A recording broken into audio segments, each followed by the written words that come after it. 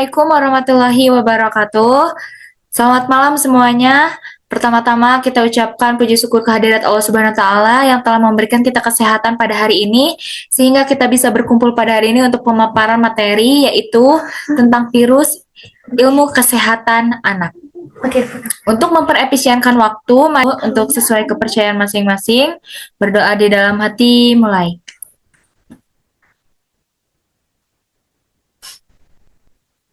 Berdoa selesai. Jadi untuk memperefisien waktu, mari kita mulai pemaparan untuk pertama, yaitu pemaparan pertama oleh Saudara Zahra.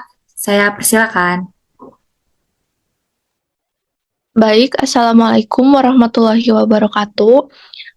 Perkenalkan, saya Zahra Maula Humaira, F123084. Di sini saya akan memaparkan materi mengenai virus ilmu kesehatan anak. Sebelumnya, saya akan menjelaskan apa sih virus itu. Virus adalah kuman kecil yang dapat menginfeksi dan membuat seseorang sakit. Organisme ini dapat menginfeksi manusia pada sebuah mikroskopik dengan mikroorganisme super kecil yang cenderung bersifat parasit dengan mengganggu sel-sel pada tubuh manusia yang akan menyebabkan berbagai macam penyakit dan gejala-gejala yang ditimbulkan berbeda dengan beberapa tipe sel yang terinfeksi dan tipe virus yang menginfeksi. Next. Ada juga di sini macam-macam virus, yaitu ada virus norovirus dan rotavirus, dibagi menjadi dua jenis virus yang kerap disebut sebagai flu perut yang dapat menyebabkan gangguan pencernaan. Kedua virus ini memiliki gejala sama, yaitu diare, namun tingkat keparahannya tergantung pada usia orang yang terkena. Demikian juga dengan sistem imun pengidapnya. Next. Perbedaan pada virus norovirus dan rotavirus. Norovirus dapat menyebar lebih cepat, yang kemudian disertai dengan muntah dan diare.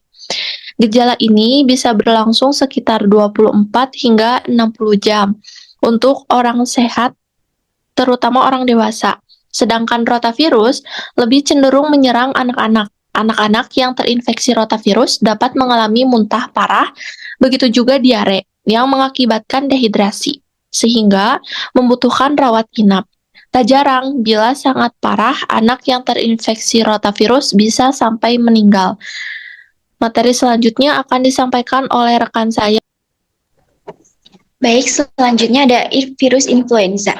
Virus influenza adalah infeksi virus yang menyerang sistem pernafasan, yaitu hidung, tenggorokan, dan paru-paru. Penyakit ini disebabkan oleh 3 tipe virus influenza, yaitu tipe A, tipe B, dan tipe C. Dalam banyak kasus, influenza mungkin hanya menyebabkan gejala ringan, tapi pada bayi dan balita, virus ini dapat menyebabkan komplikasi serius. Bayi dapat tertular virus ini melalui kontak langsung dengan orang yang terinfeksi, baik melalui lepuhan air maupun percikan air liur.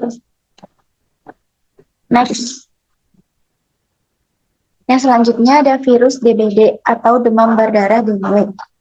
Virus ini adalah penyakit penular yang disebabkan oleh virus dengue yang dibawa oleh nyamuk Aedes aegypti dan Aedes albopictus betina. Di negara Indonesia yang memiliki iklim tropis ini, apalagi saat musim pancaroba tiba, menjadikan penyakit DBD ini seringkali terjadi. Nah, siapapun juga bisa terkena penyakit ini tanpa mengenal usia, mulai dari bayi hingga orang dewasa. Next. Yang ketiga ada virus varicella zoster. Virus ini disebabkan infeksi cacar air yang sebagian besar kasusnya terjadi pada anak-anak di bawah umur atau usia 12 tahun. Untuk bayi yang tertular virus ini dapat terinfeksi langsung dengan lepuhan cacar airnya atau percikan air liur orang tersebut saat batuk ataupun bersin. Yang terakhir ada virus rubella. Virus rubella adalah penyakit menular yang terjadi akibat infeksi virus. Kondisi ini memiliki nama lain, yaitu campak Jerman, yang biasanya menyerang anak-anak dan remaja. Ini merupakan penyakit yang berbeda dari campak, tetapi mereka memiliki kesamaan gejala, yaitu munculnya ruam kemerahan pada kulit. Next. Selanjutnya akan dijelaskan oleh rekan saya. Oke, makasih. Nama saya Verda Amalia dari MPM F123093. Di sini saya akan melanjutkan penjelasan tentang contoh kasus pada virus diare. Menurut Organisasi Kesehatan Dunia (WHO), diare menjadi momok kesehatan karena masih menjadi salah satu penyebab kematian utama pada anak balita di seluruh dunia. Mengapa keamanan pangan penting untuk memenuhi gizi anak? PRIPIM mengungkapkan bahaya memberikan makanan yang tidak higienis pada anak bisa memicu diare, hingga berujung masalah tumbuh kembang anak atau meninggal dunia jika diare anak terlambat ditangani. Penyebab diare pada anak, gangguan pencernaan pada umumnya terjadi karena kebiasaan anak yang suka memakan makanan yang kurang bersih atau sembarangan dan memasukkan benda asing ke dalam mulutnya, kayak misalnya contoh kalian kayak punya keponakan atau adik atau saudara gitu ya kan, misalnya kayak permen, biasanya kan anak-anak kan suka permen kan, permen misalnya udah dibuka di depan dia, itu kan otomatis udah kayak udah dibuka wadahnya, terus ditaruh ada permen di situ, terus debu udah pada nempel ke permen itu, entah itu ada lalat atau semacam bakteri itu. Nah, terus otomatis kan apa sih, anak kecil kan suka kayak yang penting makan gitu, nggak tahu kan itu ada virus apa, ada bakteri apa. Nah, yang penting anak kecil mah makan aja. Nah, kita tuh sebagai kayak kakak, sebagai saudara atau apa gitu. Nah, kayak memerhatikan makanan gitu, makanan yang dia makan sehingga tidak terjadinya diare pada anak tersebut gitu. Nah, terus selanjutnya infeksi virus atau bakteri tersebut bisa terjadi karena adanya kontaminasi pada makanan atau minuman yang dikonsumsi oleh penderita diare tersebut. Next. Oke. Nah, di sini cara pengobatan atau penanganan. Untuk penanganan diare pada anak-anak bisa melakukan beberapa hal berikut. Yang pertama, pastikan anak terhidrasi. Berikan anak oralit atau cairan rumah tangga seperti air mineral, sayur, dan kuah sup untuk menggantikan cairan tubuh yang hilang. Yang kedua, berikan ASI. Jika anak masih di bawah 6 bulan, berikan ASI lebih sering dan lebih lama dari biasanya. Yang ketiga, berikan suplemen jin selama 10 hari berturut-turut untuk memperbaiki lapisan usus yang rusak.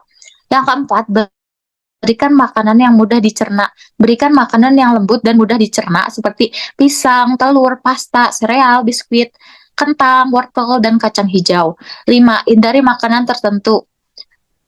Hindari memberikan soda atau jus buah, kan biasanya kan anak kecil kan suka kayak makan es yang bersoda-soda itu hindari banget.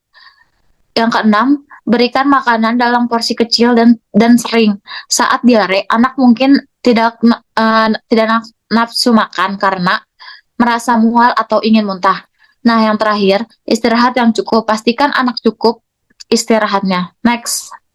Nah, di sini saya akan menjelaskan tentang isi jurnal pada virus diare. Nah, jadi sebenarnya madu bisa digunakan sebagai terapi alternatif untuk mengatasi diare, terutama diare yang disebabkan oleh infeksi bakteri. Nah, madu juga mengandung antibakteri, antiinflamasi, dan antivirus yang dapat membantu mengatasi diare. Nah, di sini cara menggunakan madu gimana sih gitu. Terus, nah madu tuh bisa kayak dicampur dengan oralit, bisa dicampur juga dengan air mineral. Penanganannya gimana? Nah, madu diberikan 3 kali sehari sebanyak 5 mili.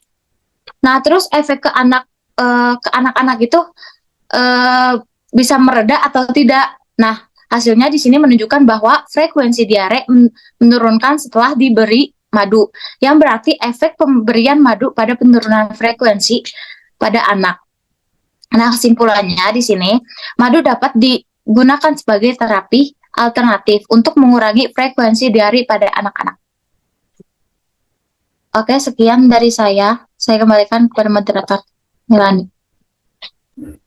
Baik, terima kasih kepada pemateri 1, 2, dan 3 atas penyampaiannya. Jadi di sini bisa diambil kesimpulan untuk seluruhnya bahwa virus adalah kuman kecil yang dapat membuat kita sakit dan membuat kita terinfeksi organ-organ kita. Dan tadi sudah disebutkan beberapa virus, salah satunya virus norovirus atau rotavirus, yaitu virus yang bisa menyebabkan diare, dan perbedaan dari antara dua virus tersebut adalah norovirus, yaitu yang menyebar secara lebih cepat dan lebih sering ke orang dewasa. Sedangkan kalau rotavirus itu cenderungnya ke anak-anak. Terus juga ada influenza, yaitu virus yang sistem pernapasan, yaitu ataupun flu. Terus virus dengue, yaitu DBD, virus varicella zoster, yaitu cacar air, dan juga virus rubella campak.